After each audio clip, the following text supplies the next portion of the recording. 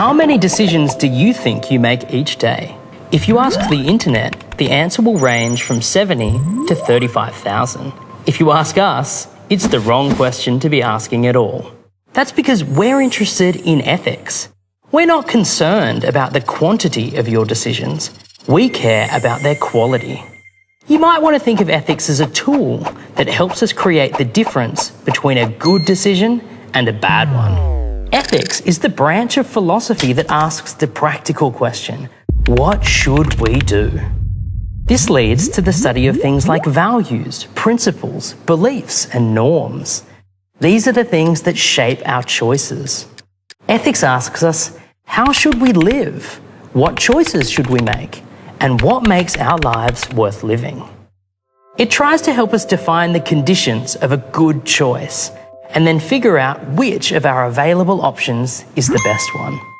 Let's say a close friend, Lee, confides in you that they're struggling with depression. They're feeling isolated and alone, but whenever they're invited to go out, they find it impossible to do.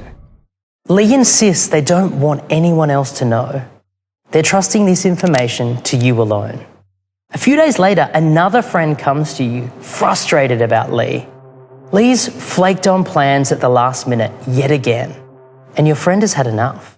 They've decided they just won't bother inviting Lee out anymore. So you're torn. If Lee stops being invited to things, the isolation could make them feel even worse.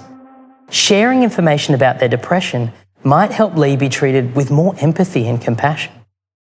But it would be a breach of trust. And if Lee found out, especially in a vulnerable state, who knows what might happen? What do you do?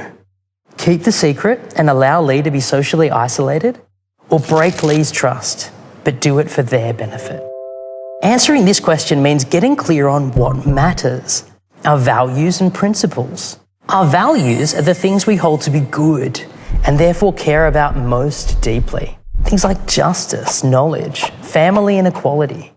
In this case, we're likely to value both trustworthiness and compassion, which pull us in different directions. So it looks like an appeal to values alone won't let us solve this dilemma. We don't just need to know what's good, we need to know what's right. This is where principles come in.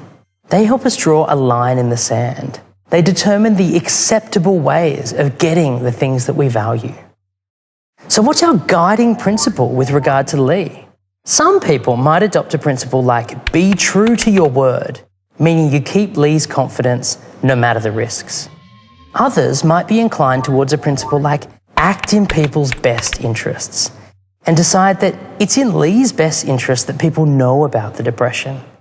Of course, there are still ambiguities, which is part of what makes ethical decision-making so complicated. So how do we select which values and principles to adopt? And how do we make choices when we face a conflict of values and principles? Good versus good, right versus right. What helps to orient our judgment is a connection to purpose. What's our guiding North Star? What's our reason for being? Think about Lee again.